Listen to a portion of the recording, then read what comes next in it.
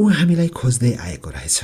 सायद कसैले हामी आएको खबर ऊसम्म पुर्याइदिएको रहेछ।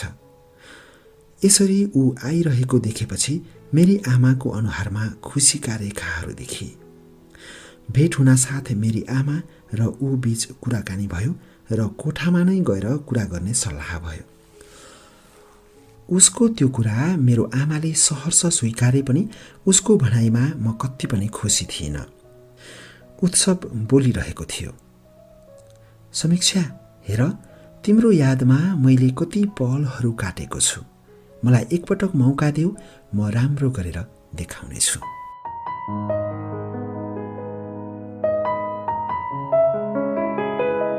तपाईँ अहिले सुन्दै हुनुहुन्छ कथा जिन्दगीको गजाधर केसीको साथमा कथाहरू जसमा तपाईँले आफैलाई भेट्नुहुन्छ।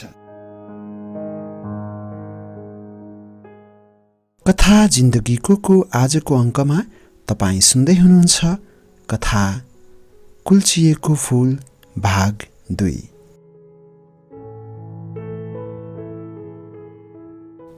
उसले भनेको कुराले मलाई असह्य भएको थियो। उसले मलाई नपाउँदा मेरो यादमा लेखेका पत्रहरू देखाउन थाले। मलाई रिस उठ्यो र ती पत्रहरू च्यातचुत पारिदिँदै भन्न थाले, अब धेरै ढिला भइसक्यो उत्सव, म तिमीलाई कुनै पनि हालतमा स्वीकार्ने पक्षमा छैन। मानिसहरूको घृणित व्यवहारबाट म यति कठोर बनिसकेकी थिएँ कि उसलाई स्वीकार्न असमर्थ थिएँ। मलाई झन रिस उठ्यो। मैले फेरि भन्न थालेँ, जुन बेला मलाई तिम्रो जरुरत थियो त्यो बेला तिमी टाढा भएका थियौ। आज मैले हरेक कुराको सामना गर्ने हिम्मत जुटाइसकेकी छु। मेरो पेटमा रहेको बच्चा अब सिर्फ मेरो हुनेछ, तिम्रो होइन। त्यसपछि ऊ कहाँ गयो उही जानोस्। मेरो आमालाई ऊप्रति मैले गरेको व्यवहार कति मन परेन। फेरि मलाई धेरै गाली गर्नुभयो उहाँले। तर त्यही रात म प्रसव बेथाले करिब रातको 9:30 बजेदेखि छटपटिन थाले। भोलिपल्ट बिहानै इमर्जेन्सीमा प्रसुति गृह थापाथली पुर्याइयो अनि डाक्टरहरूले अपरेसनको लागि अर्को रुममा लगे। यसरी 2071 साल चैत्र 17 गते बिहान 9:45 बजे डाक्टरहरूले अपरेसन गरी एउटा बच्चालाई निकाल्न सफल भए। दिउँसो करिब 3 बजेतिर मेरो आमाले भेट्ने अनुमति पाउनु भएछ। त्यो पल उहाँले मेरो टाउकोमा हात राख्दै आँखाभरि आँसु पारेर भन्नुभएको थियो, छोरी कस्तो छ अहिले? चिन्ता नगर, सब कुरा राम्रो भएछ। तिमीले एउटा छोरीलाई जन्म दियौ। तर त्यो समयमा म सिर्फ मौन थिएँ। उनी पेटमा बसेदेखि आज जन्म दिँदाको मितिसम्म मैले भोग्नु परेका शारीरिक अनि मानसिक पीडाहरू सम्झेँ। म हाँस्न पनि सकिनँ, रुन पनि सकिनँ अनि बोल्न पनि सकिनँ। मौन रहिरहेँ। त्यसको भोलिपल्ट आमाले फेरि मेरो बच्चालाई मेरो छेउमा राख्दै भन्नुभयो, हेर त कति राम्री छिन् मेरी नातिनी। मेरी छोरीलाई मैले राम्ररी हेरेँ।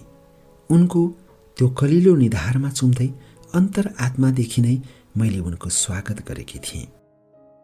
त्यो क्षण खुसीले हो या दुःखले कति दिनदेखि बचाइराखेको त्यो आँसुलाई मैले रोक्नै सकिनँ। मेरी छोरीलाई छातीमा टाँसेर धेरै बेर रुन पुगेछु म।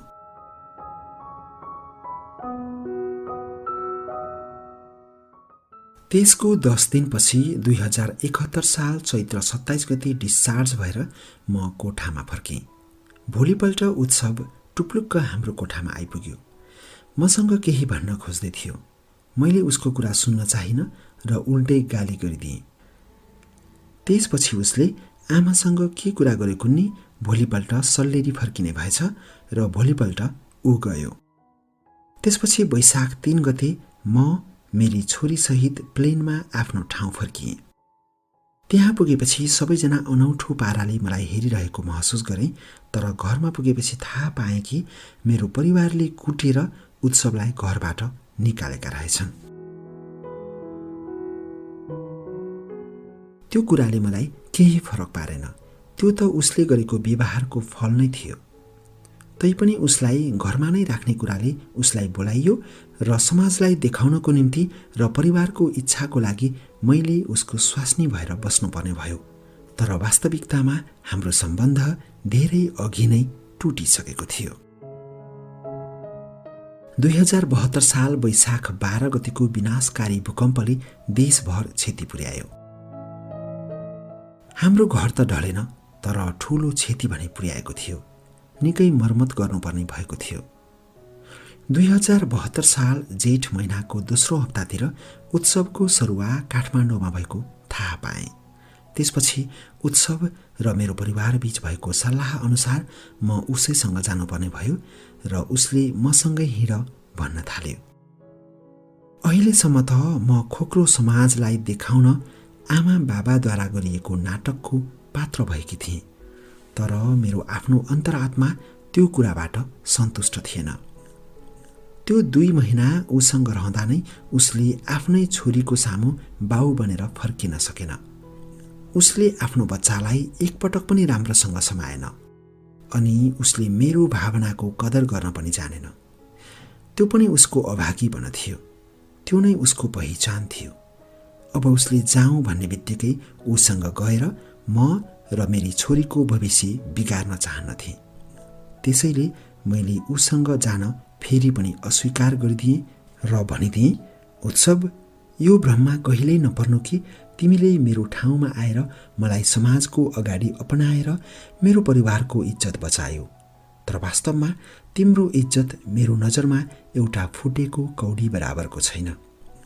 एउटा इज्जत नभएको व्यक्तिले अरूको इज्जत थाम्न कुनै पनि हालतमा सक्दैन, बुझ्यौ? त्यसैले म प्रति तिम्रो कुनै अधिकार थिएन, छैन र हुने पनि छैन। तिमी त आफ्नो अफिसको नजरमा र समाजको नजरमा आफूलाई बचाउन यो नाटक गरिरहेको छौ। त्यसैले तिमी आफ्नो बाटो लागि हुन्छ। त्यसपछि ऊ कहिल्यै नफर्कने हिसाबले सधैँका लागि त्यो ठाउँबाट साथै मेरो जिन्दगीबाट टाढा, धेरै टाढा गयो। मलाई अब राम्ररी थाहा भइसकेको थियो उसको माया बनावटी थियो भनेर।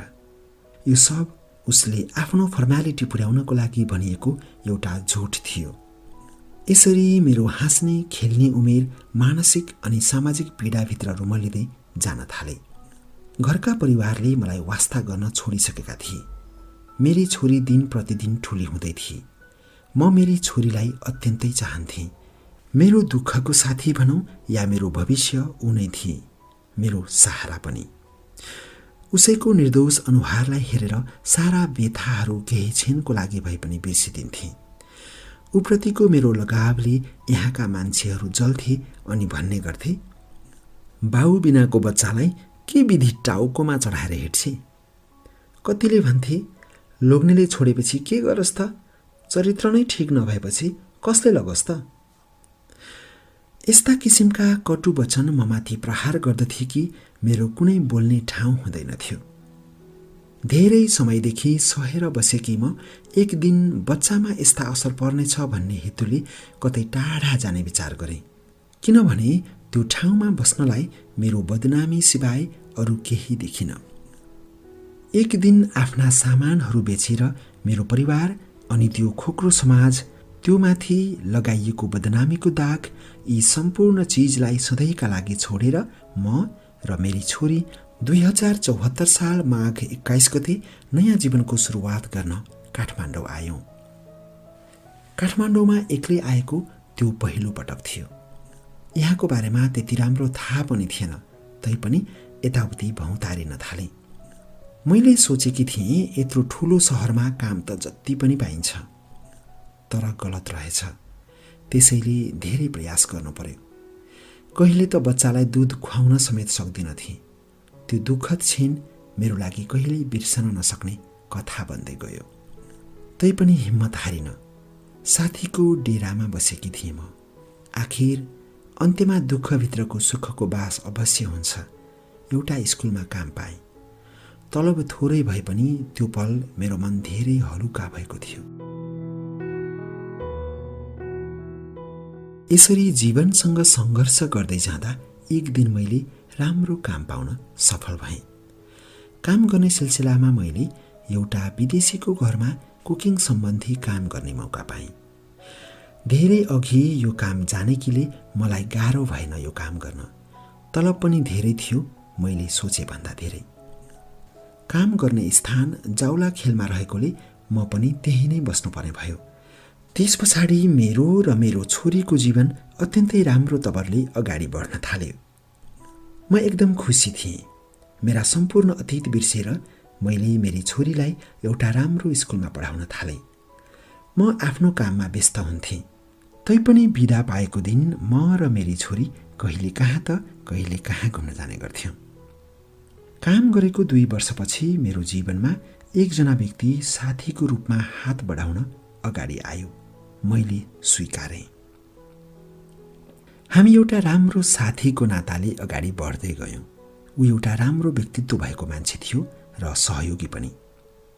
उसलाई मेरो सम्पूर्ण कुरा थाहा थियो। तैपनि उसले एक दिन मसँग प्रेम भएको कुरा पोख्यो। म उसलाई एउटा साथीको रूपमा मात्र हेर्न चाहन्थेँ। मलाई खासै कुनै पुरुषमाथि लगाव थिएन, तर उसमा मैले अरू पुरुषमा भन्दा धेरै कुराहरू फरक पाएँ।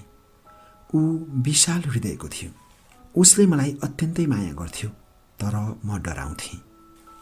तैपनि मेरो जीवनको मोडमा उसको निकटतम समुपस्थिति विशेष प्रकारको हुँदै गयो।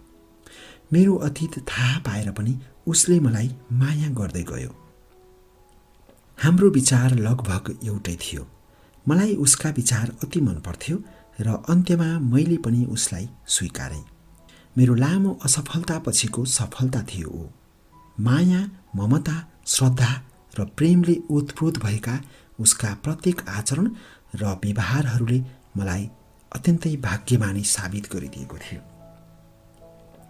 यसरी एउटा केटाले मलाई र मेरी छोरीलाई अपनाउँछ भन्ने कुरा थाहा थिएन। यथार्थमा उसको वास्तविक नाम सुदन हो। उसले आज हामीलाई अपनाएको छ, माया दिएको छ। काठमाडौँमा नै घर भएको सुदन एउटा बिजनेसम्यानको रूपमा समाजमा चिनिएको छ। सबै पुरुष धोकेबाज हुन्न रहेछन् भन्ने कुरा सुदनलाई पाएर थाहा भयो। आज म सम्झन्छु यही समाजमा उत्सव पनि छ र यही समाजमा सुदन जस्ता मानिस पनि छन्। एउटा बदामको फल जस्तै छ यो समाज। एउटा बदाममा एउटा गेडो राम्रो हुन्छ भने अर्को कोहिएको हुन सक्छ। उत्सव र सुदनमा मैले त्यही कुरा पाएँ। आज म खुसी छु सुदनलाई पाएर। यसरी मेरो जीवनले रङ फेर्दै गयो। हिजोसम्म दुःखमा डुबेकी म आज खुसीमा छु भगवान जस्तो श्रीमान पाएर। त्यसैले सबैलाई मेरो यही कथा सुनाउन चाहन्छु कि दुःख रात जस्तै कठिन छ, तर रातपछि फेरि बिहान अवश्य हुन्छ। आफू सही बाटोबाट हिँड्नुपर्छ। एक दिन आफ्नो गन्तव्यमा अवश्य पुगिन्छ। बस यति नै हो यो कथा।